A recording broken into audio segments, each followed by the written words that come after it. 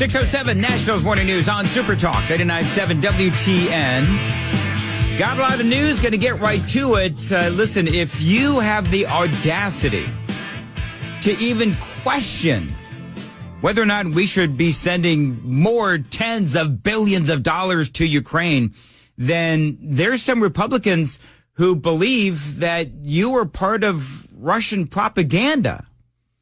I kid you not. That is actually part of the news cycle this morning. So in other words, if some Republicans are unable to defend their want to send hundreds or tens of billions of dollars to Ukraine, well, then they're just going to accuse you of being part of Russian propaganda.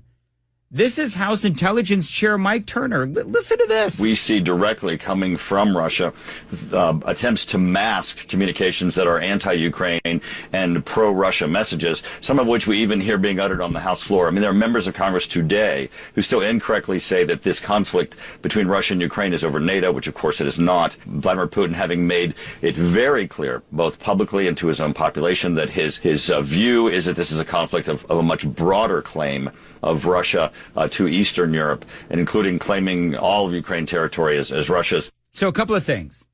First of all, you've got Secretary of State Antony Blinken. He came out last week. We talked about this the day that it happened, when he said that Ukraine would become part of NATO. So I would say to Mike Turner, that is absolutely a valid conversation to have. And Vladimir Putin has said many times that he does not want Ukraine to become part of NATO. That's part of the dynamic that's at play. Because if Ukraine is allowed to become part of NATO, that impacts Russia, because they still feel that Ukraine is part of Russia or the Soviet Union territory. So that's all simply baked into the conversation. So I just love how they're talking about how lawmakers who are simply asking questions and have some reservations about sending more billions of dollars to Ukraine are either falling for or part of Russian propaganda. And, it almost feels like, now this is almost sort of like a conservative slur, right? Where, if, you are for certain policies, then, you'll have people that will call you a racist. Well, I'm beginning to feel like for Republicans, if you're calling other Republicans or people that are asking questions about, the funding for Ukraine, if they're calling you part of Russian propaganda, it just means that, you've lost the argument. Just like when people call you a racist, I believe that they've lost the argument as well. And so for me, with House Intelligence Chair Mike Turner, that is exactly what he is doing. Make no mistake, this is about a number of different things. This is about borders and Vladimir Putin trying to take over parts of Ukraine. But throughout this interview, and by the way, this interview, you know where this interview was? It was on CNN. Isn't it just awesome about how House Intelligence Chair Mike Turner is running to CNN as he is calling Republicans part of Russian propaganda? And he's actually, not only is he speaking about Republicans, but he's also talking about Fox News hosts. And they specifically said, and I'm going to quote this, Fox News primetime hosts. Gee, I wonder who they're talking about. Could it be Sean Hannity and Laura Ingraham and Jesse Waters? And, most Republicans are simply saying, well, all we want to know is what's the plan. Now, to the extent that this propaganda takes hold, it makes it more difficult for us to really see this as an authoritarian versus democracy battle, which is what it is. President Xi of China, Vladimir Putin himself have identified it as such. We need to stand up for democracy. We need to make certain that we know that authoritarian regimes never stop when they start an aggression. Ukraine needs our help and assistance now, and this is a very critical time for the U.S. Congress to step up and provide that aid. All right, so again, as I said, leading into that soundbite, can somebody just please tell me what the plan is?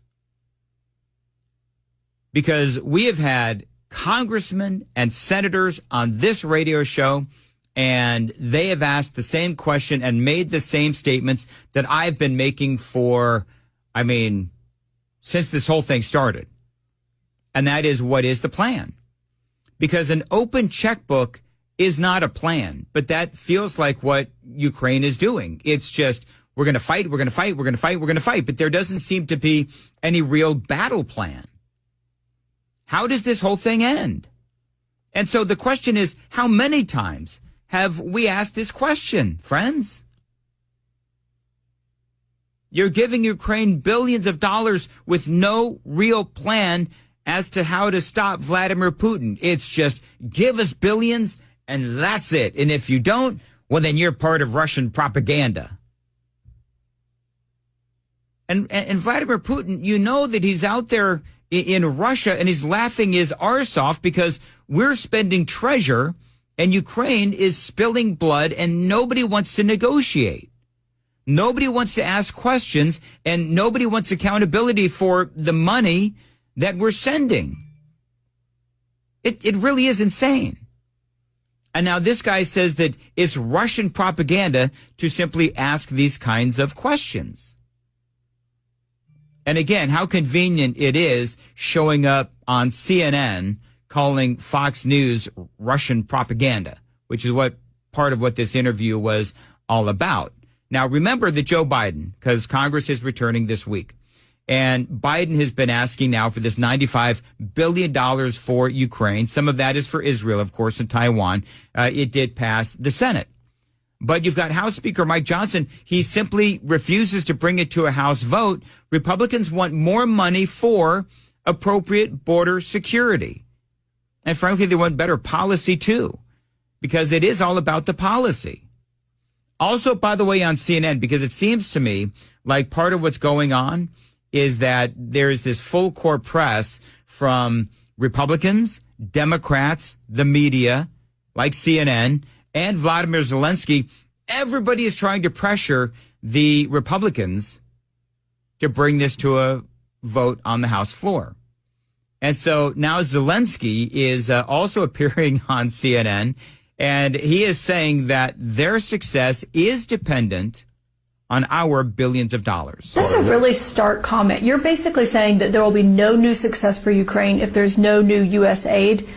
Essentially, this all depends on U.S. aid. Steps, success forward will depend on USA, yes. Talking about Ukraine, and there does seem to be this pressure campaign. And really, it's House Speaker Mike Johnson who is dealing with this pressure campaign because all eyes are on him. And I've got some audio from Chuck Schumer coming up where he is specifically addressing House Speaker Mike Johnson. Now, Donald Trump has said often that he could end the war in one day. The Washington Post is reporting now that Trump would pressure Vladimir Zelensky to give up territory. Now, I read that as by agreeing to negotiate. Because remember, basically the bottom line for Zelensky is, I want billions and billions of dollars. I don't want to be accountable for it. I have no real plan to win this particular war. And my success and our success depends on your billions of dollars. Oh, and by the way, I'm not going to negotiate. In other words, there's no real plan to end this. The Washington Post, citing people who discussed the plans with Donald Trump or his advisors, they did speak on condition of anonymity because those conversations were confidential, saying Donald Trump wants to pressure Ukraine to cede Crimea and the Donbass border regions to Russia. And so, of course, as you know, Donbass, that is basically bordering Russia, and there's a lot of Russian folks that live there. So that's the bottom line. Bottom line is that you've got a lot of MAGA conservatives, which is what Chuck Schumer is saying. And by the way, that isn't it fascinating how Make America Great Again has somehow now become a political slur? But for people on the left and for some Republicans like Mike Turner, that has now become a political slur. And asking questions means that you are part of a Russian propaganda initiative. And that's the bottom line. Ukraine, they say, needs advanced air defense systems to protect its energy infrastructure from Russian missile and drone attacks and avoid power outages, according to folks there in Ukraine. And they say that they need more weapons, they need more money, they need more. This is Chuck Schumer on the Senate floor. The Congress gavels back into session. I also urge Speaker Johnson and House Republicans to snap out of their paralysis and pass the Senate's National Security Supplemental. The situation in Ukraine is desperate. Speaker Johnson has now sat on his hands for 55 days as the National Security Supplemental has collected dust in the House. All right, so then I would say to Chuck Schumer, well, why don't you do something about the ineffective border policy that you passed in the Senate, even though that is also ineffective and not even close to what the American people want. You see, you've got some folks that are trying to make this all about Ukraine, and you have others that will say, well, no, it's not just about Ukraine. It is about Ukraine. It is about Israel. It is about Taiwan, because there's money for all three. But again, what about the border? And that's what Mike Johnson is holding out for. The, quote, bipartisan immigration legislation, it's not good enough. It allows too many illegal aliens into our country, and it basically means the status quo of massive influx of illegal aliens. Now, you'll notice that Schumer really doesn't mention immigration, just Ukraine. It is all about the billions of dollars they want to go to Ukraine.